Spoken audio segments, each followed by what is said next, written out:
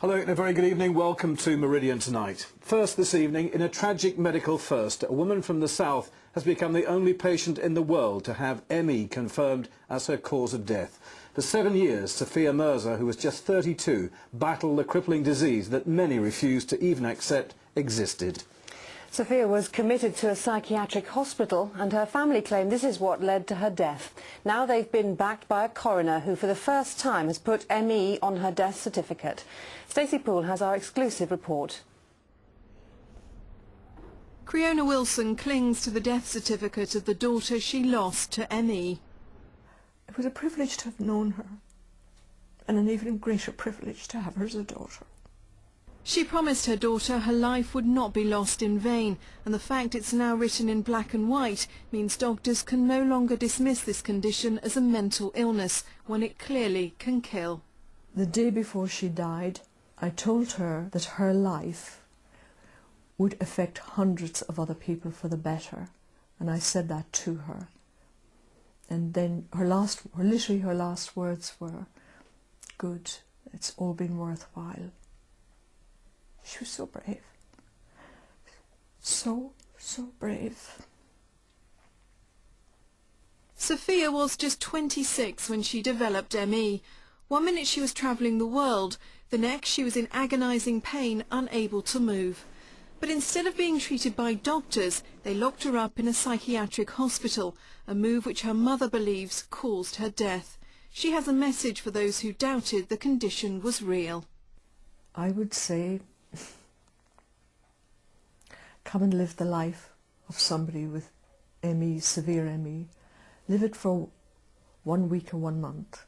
Live it in the conditions that they have to live, with the disbelief they have to live, with the agony, the pain they have to live, being subjected to seeing doctors who bypass them and say it's all in their head and everything. Live that, then tell me you don't believe it exists. 250,000 patients are currently living with ME, but many are still totally disbelieved by their doctors. And even those in the medical profession who do believe can offer no real treatment for the severely affected. But Sophia's death will hopefully begin to change that, because when they examined her spinal cord, it showed there was clear evidence of disease, proving this is not a mental illness. 75% of the sensory cells in the spinal cord showed significant abnormality suggestive of an underlying neurological disorder which is not known to be part of any known psychiatric condition. She deserved to be seen by a neurologist and managed by a multidisciplinary team rather than being left in a psychiatric hospital. Sophia's family believes she would be alive today if she'd received proper care, and campaign groups are now calling for change before another ME patient loses their life. What is going on in this country is unacceptable for people with ME, and that there isn't any provision made to treat the physical symptoms of this physical illness. People would be shocked at the thousands of people who've got a similar story to Sophia.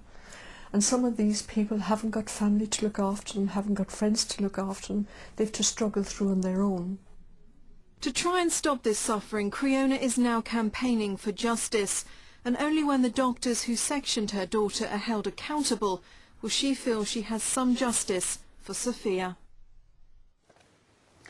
Well, Stacey joins us now in the studio. Stacey, what will Creona do now with proof that her daughter did die from something very serious? Well, she's going to go to the General Medical Council and make an official complaint.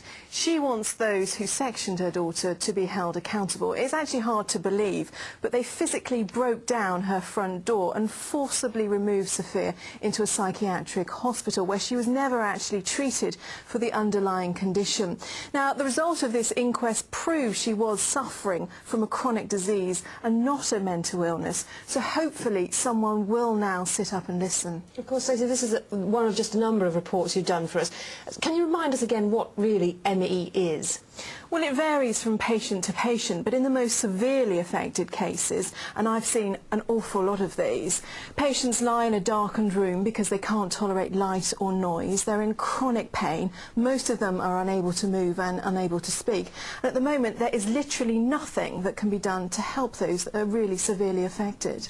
And will Sophia's case help get more funding for research, much needed funding for research? Well, Andy, it can only help. At the moment, not one single penny of government money is actually going into research into this condition. All of the money comes from charitable donations. Now, they have made some significant steps forward. They found that some of the genes in ME patients are different from those in us.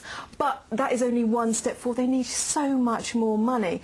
And hopefully this case will make people realise that that needs to be done soon. Sadly, this has come too late for Sophia, but thank you for joining us on that tonight, Stacey.